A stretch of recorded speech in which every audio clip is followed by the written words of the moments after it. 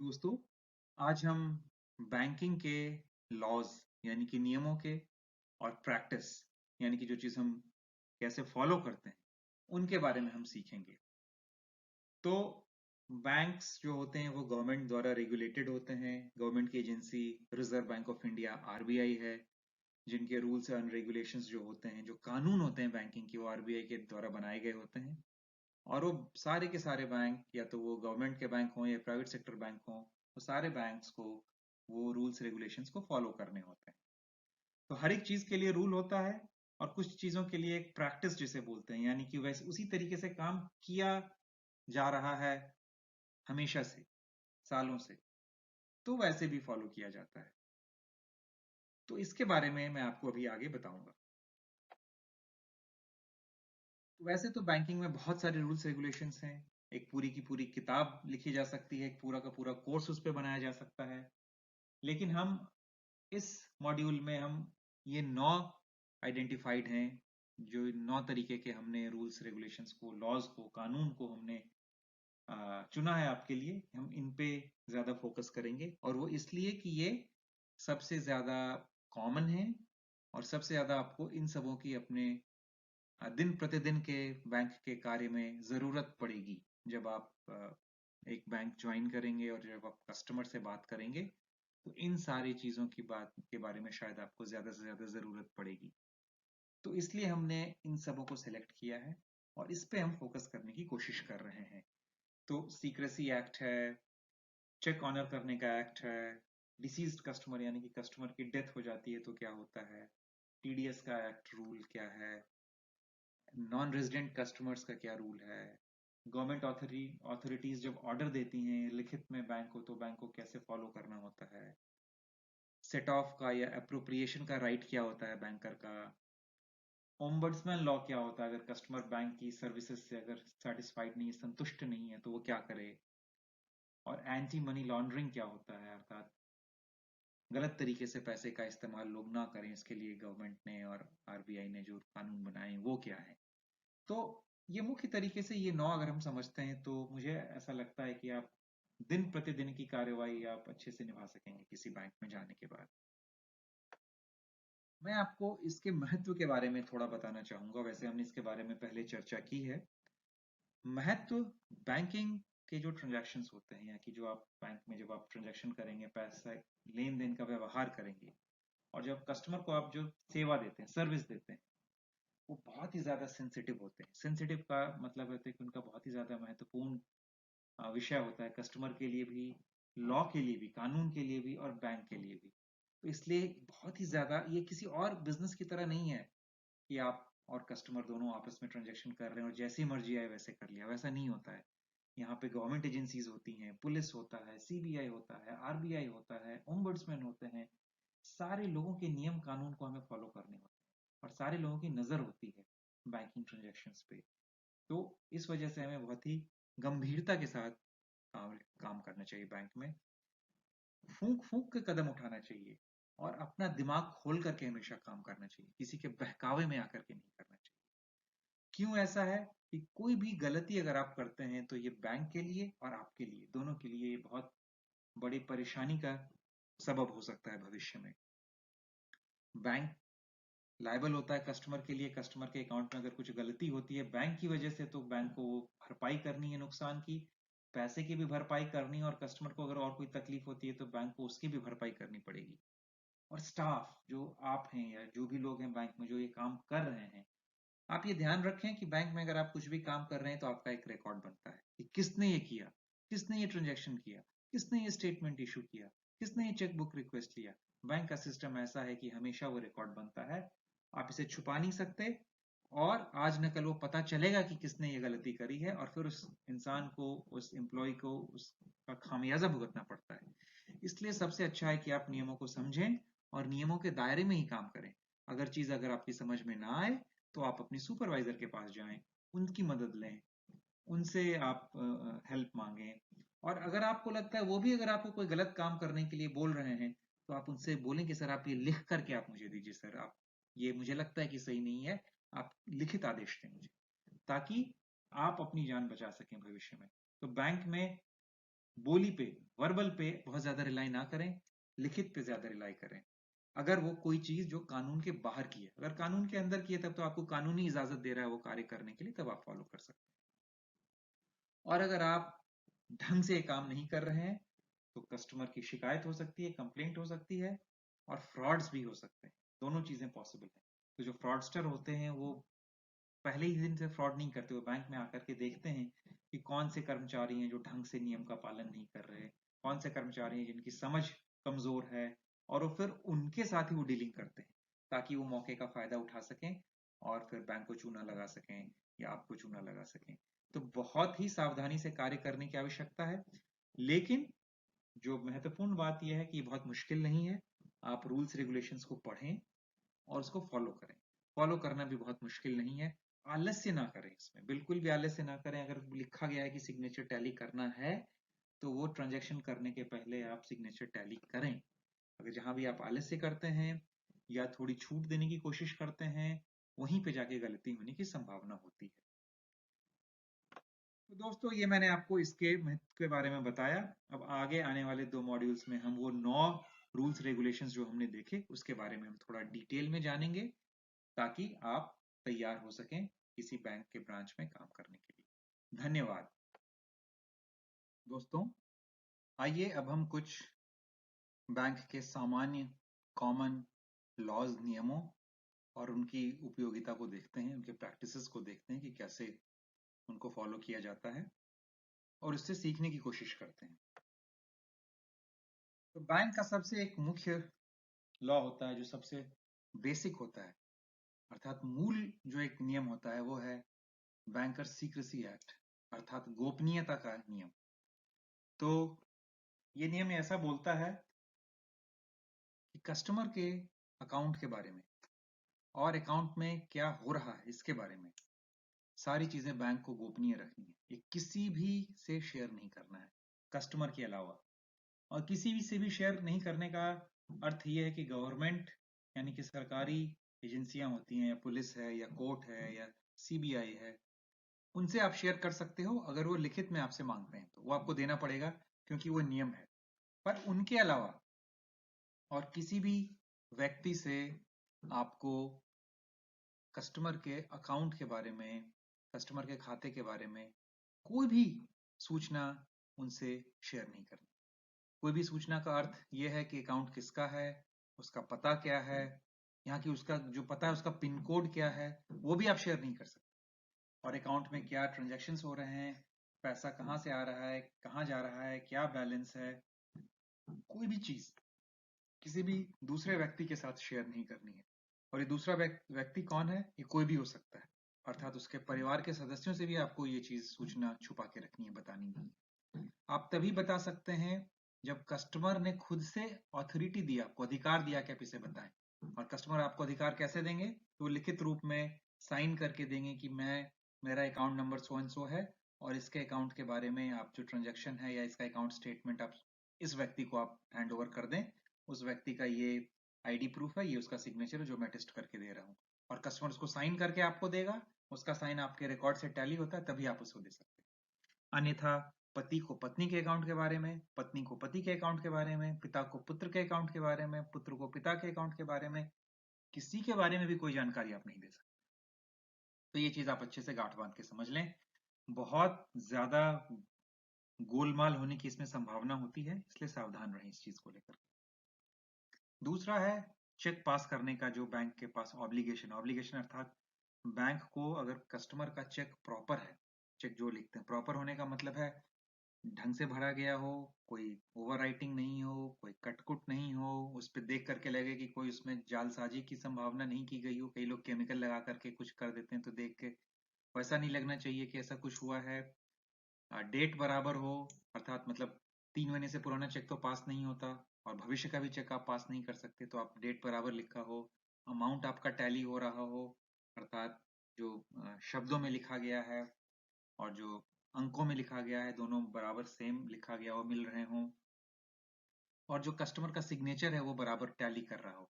अगर ये सारी चीजें बराबर हैं और अकाउंट में पैसा है, तो बैंक को ये चेक पास करना है, बैंक इसको रोक नहीं सकती। तो ये बैंक का ऑब्लिगेशन है। बैंक को ये चीज, उसकी जवाबदारी है कि उस चीज को, चेक को पास करे। और इस चीज का ध्यान रखें, चेक को अगर ये सारी चीजें बराबर हैं तो केवल जो कस्टमर जिसने चेक लिखा है वही रोक सकता है, उसी के इंस्ट्रक्शन पे आप, और वो भी लिखित इंस्ट्रक्शन होना चाहिए, तभी आप चेक को स्टॉप पे कर सकते हैं। अन्यथा एक नियम के तहत ये चेक पास होना ही चाहिए अगर सभी चीज बराबर हो और अकाउंट में पैसा हो। अकाउंट में पैसा कब होना चाहिए? अगर आप तो पोस्ट डेटेड चेक देते हैं, आज की तारीख में ऐसा रिवाज हो गया है कि आप 1 महीने बाद का भी चेक देते हैं, तो जिस दिन चेक अकाउंट में लगे उस दिन का ओपनिंग बैलेंस अकाउंट का, उसमें पैसा होना चाहिए। चेक लगने के बाद आप दिन भर में कभी भी पैसा भराएंगे और तब बोलेंगे कि मेरा चेक बाउंस हो गया, तो वो शायद हो सकता हो, उसमें बैंक की जवाबदारी नहीं है। लेकिन अगर उस उदाहरण के तौर पे आप देखें कि अगर वो चेक 4 जून को लगना है अकाउंट में, आपने 4 जून का चेक किसी को दिया है, तो 4 जून की सुबह में जब बैंक खुलता है, अकाउंट खुलता है, तो उस समय अकाउंट में पैसे होने चाहिए बराबर, तब बैंक की जवाबदारी होती है उसको पास करने की। अगर उस समय पैसे नहीं है और आप दिन में आके भरा रहे हैं पैसे, शाम में आके भरा रहे हैं, 4 बजे आके भरा रहे हैं, तब तक तो चेक रिटर्न भी हो चुका होगा। फिर तीसरा है कि चेक जब रिटर्न होता है तो रिटर्न करने वाला ही बताएगा कि इसकी वजह क्या थी, चेक किस वजह से रिटर्न हुआ। तो बैंक को एक राइटिंग में देना पड़ता है कि ये चेक किस वजह से रिटर्न हुआ है। तो जिसने भी चेक जमा किया हो, जिसके नाम पे आपने चेक लिखा हो, वो जमा करता है अपने अकाउंट में, तो उसको राइटिंग में चेक भी दिया जाएगा और रीजन भी दिया जाएगा। ये उसी को बताने दें, अर्थात जिसने चेक रिटर्न किया है। तो बैंक में क्लियरिंग टीम होती है सेंट्रलाइज्ड, ज्यादातर जगहों पे जो क्लियरिंग देखती है, तो वो लोग अपने रीजन बताएंगे। आप ब्रांच में बैठ करके खुद से कोई रीजन लिख करके ना दें, क्योंकि गलत रीजन देने पे बैंक के ऊपर भी आरोप लग सकता है और बैंक भी फंस सकती है।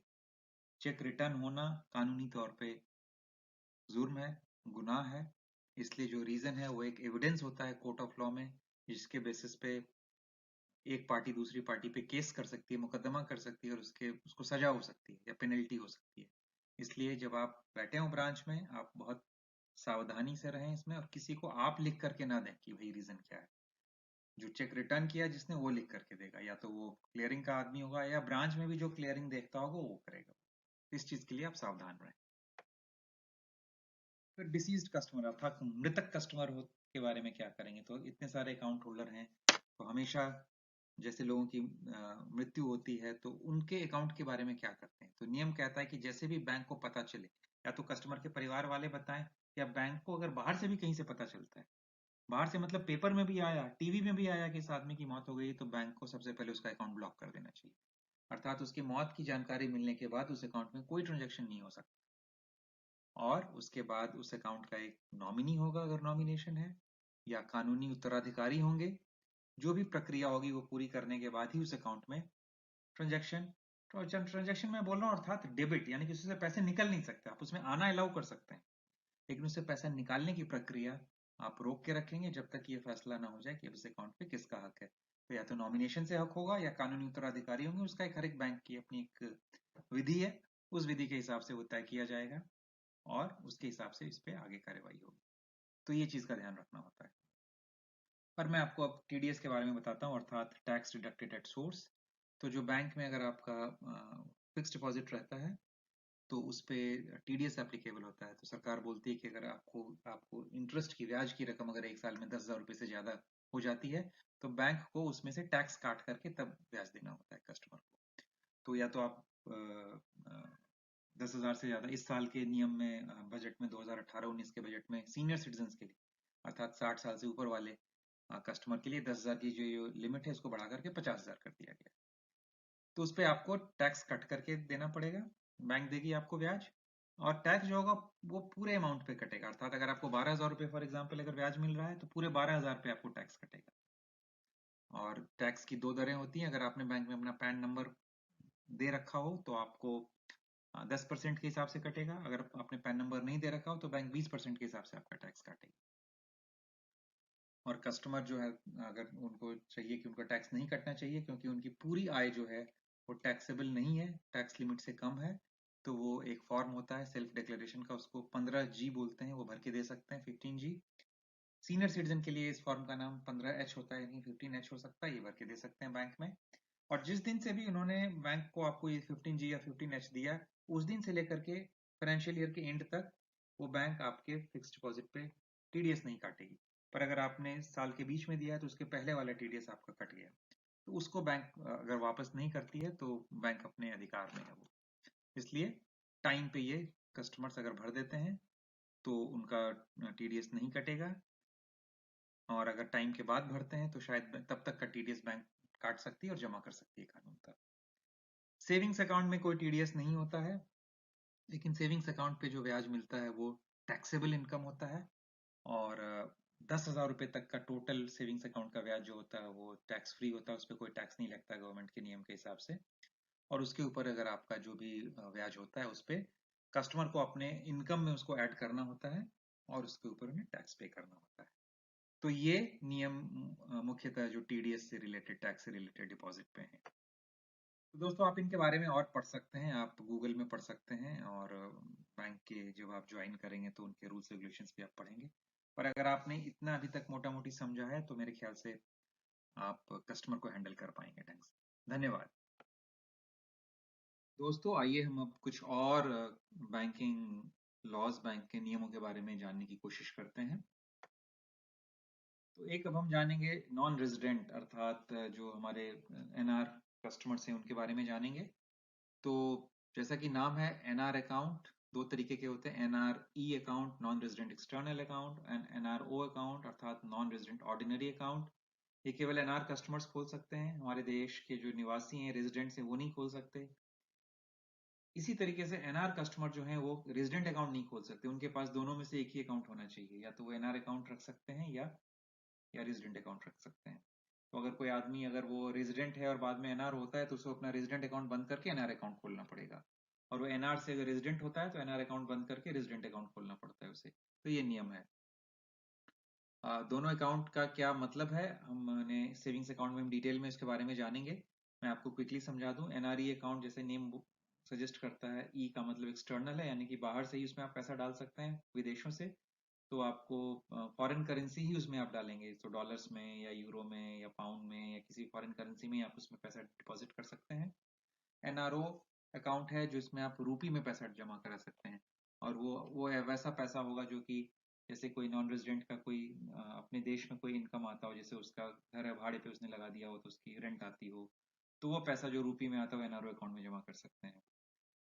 दोनों अकाउंट रूपी डिनोमिनेटेड होते हैं, अर्थात अगर फॉरेन करेंसी भी अगर आप एनआरई अकाउंट में रखते हैं तो अकाउंट में जाने के बाद वो कन्वर्ट हो जाता है रूपी में ही, और वो पैसा आपको रूपी में ही उसमें मिलेगा, डॉलर में नहीं मिलेगा। दोनों में फर्क ये है कि एनआर ई अकाउंट का पैसा आप वापस ले जा सकते हैं बाहर। एनआरओ अकाउंट में केवल आप इंटरेस्ट ले जा सकते हैं, आप प्रिंसिपल नहीं ले जा सकते। टीडीएस रेट एनआरई में कोई टीडीएस नहीं लगता, एनआरओ में 30% के हिसाब से टीडीएस कटता है। तो मुख्यतः इतने डिफरेंस हैं, और भी चीजें आप सीखेंगे हमारे प्रोडक्ट के बारे में, पर बेसिक इतनी जानकारी आपके लिए पर्याप्त है अभी। फिर दूसरी चीज हम देखते हैं, गवर्नमेंट की जो अथॉरिटीज हैं, जो सरकारी सरकारी अधिकारी हैं, वो आपको आदेश दे सकते हैं किसी अकाउंट के बारे में, तो बैंक को उनका आदेश फॉलो करना होता है। तो कोई पुलिस का हो या सीबीआई हो या टैक्स डिपार्टमेंट हो, कोई कोर्ट हो, वो आपको आदेश दे सकते हैं, और वो फॉलो करना जवाबदारी होती है बैंक की। आपको देखना है कि वो किस तरीके के आदेश दे सकते हैं, वो या तो अकाउंट ब्लॉक करने के आदेश दे सकते हैं, या बंद करने के आदेश दे सकते हैं, या अकाउंट से पैसा निकाल के गवर्नमेंट को देने के आदेश दे सकते हैं, या स्टेटमेंट देने के आदेश दे सकते हैं, किसी भी तरीके का।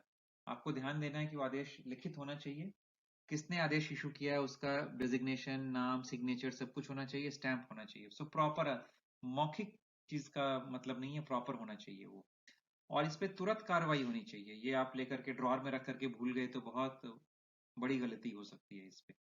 और आप खुद कार्रवाई ना करें शुरू में, क्योंकि आपको इतनी बैंकिंग की समझ नहीं होगी। अगर आपके पास कुछ ऐसा आता है तो आप सीधे लेकर के वो कागज लेकर के या उस अधिकारी को लेकर के आप सीधे अपने ब्रांच मैनेजर के पास लेकर के जाएं, या अपने ऑपरेशंस मैनेजर के पास लेकर के जाएं, और उनको इस चीज को हैंडल करने दें, क्योंकि बहुत ही ये सेंसिटिव मामला होता है और बैंक इसमें फंस सकती है अगर बैंक ने ढंग से कार्य नहीं किया इस पे। तो इस चीज का आप ध्यान रखें। फिर एक होता है राइट ऑफ अप्रोप्रिएशन या सेट ऑफ का। इसका अर्थात मतलब ये है कि अगर आप किसी कस्टमर ने अगर बैंक से कोई लोन ले रखा हो या क्रेडिट कार्ड में उसका आउटस्टैंडिंग हो और वो चुकता ना कर रहा हो, पर उसके किसी और अकाउंट में पैसा हो, तो बैंक के पास ये अधिकार है कि वो एक अकाउंट के पैसे उस अकाउंट से पैसा लेकर के अपना जो लोन का जो रीपेमेंट है उसको चुकता कर ले। तो इसको सेट ऑफ या अप्रोप्रिएशन बोलते हैं। और ये आपको कई बार कस्टमर आएंगे कंप्लेन करते हुए कि बैंक ने ब्लॉक कर दिया है या पैसा ले लिया, ऐसे कैसे बैंक कर सकती है। तो ये आरबीआई द्वारा अलाउड है। और इसका इसका एक प्रोसेस होता है, वो बैंक को फॉलो करना है, वो बैंक को करना चाहिए। और बिल्कुल ही ये कानूनी तरीके से बैंक कर रही है, इसमें कोई गैर कानूनी कार्य नहीं है। ये आप कस्टमर को समझा सकते हैं। और अगर कस्टमर फिर भी ना समझे तो आप अपने सीनियर्स के पास ले जा सकते हैं। पर ये आपकी जानकारी में होना जरूरी है कि ऐसी चीज अलाउड है बैंक के लिए करना, कि वो कर सकते हैं ऐसा। फिर है बैंकिंग ओम्बड्समैन लॉ है। इसका मतलब है कि एक जो कंप्लेंट होता है, कस्टमर कंप्लेंट, अगर वो कोई भी कस्टमर अगर बैंक के कंप्लेंट रिजोल्यूशन से, कंप्लेंट जो उसने जो कंप्लेंट दिया उससे अगर वो सेटिस्फाइड नहीं है, अगर वो संतुष्ट नहीं है, तो वो आरबीआई के पास जा सकता है। तो आरबीआई ने एक संस्था बनाई है, ओम्बड्समैन है, जो कि एक आरबीआई कर्मचारी होते हैं, सीनियर आरबीआई ऑफिशियल होते हैं। और उनका काम होता है कि हर एक कस्टमर का जो बैंक के रिजोल्यूशन से, कंप्लेंट से संतुष्ट नहीं है, उनको प्रॉपर समाधान देना। तो वो कंप्लेंट कोई भी कस्टमर कर सकता है ओम्बड्समैन के पास। उसका एक नियम यह है कि ओम्बड्समैन के पास डायरेक्टली आप नहीं जा सकते, पहले आपको बैंक में कंप्लेंट देना पड़ेगा। और बैंक से आपको रिस्पांस अगर नहीं मिलता है या आप उस रिस्पांस से खुश नहीं है, तभी आप ओम्बड्समैन के पास जा सकते हैं। और ओम्बड्समैन उस चीज पे फिर बैंक को आदेश देता है कि आप इसका रिजॉल्व करें। और उस आदेश से अगर ओम्बड्समैन खुश नहीं है, तो वो बैंक को फोर्स कर सकता है कि आप इसको इस तरीके से नहीं, इस तरीके से आप सॉल्व करें। तो एक बहुत ही पावरफुल अथॉरिटी होती है ओम्बड्समैन। और ओम्बड्समैन के पास कंप्लेन जाना बैंक के लिए अच्छा नहीं माना जाता, इसलिए हमें बहुत सावधानी से काम करना है कि हम कोशिश करनी है कि सारा कंप्लेंट हम ब्रांच में ही हैंडल करके वहीं पे कस्टमर को संतुष्ट कर दें। और उसको हेड ऑफिस में भी जाने की आवश्यकता ना हो और ओम्बड्समैन के पास जाने की तो बिल्कुल ही आवश्यकता ना हो। ऐसा हमारा प्रयास होना चाहिए।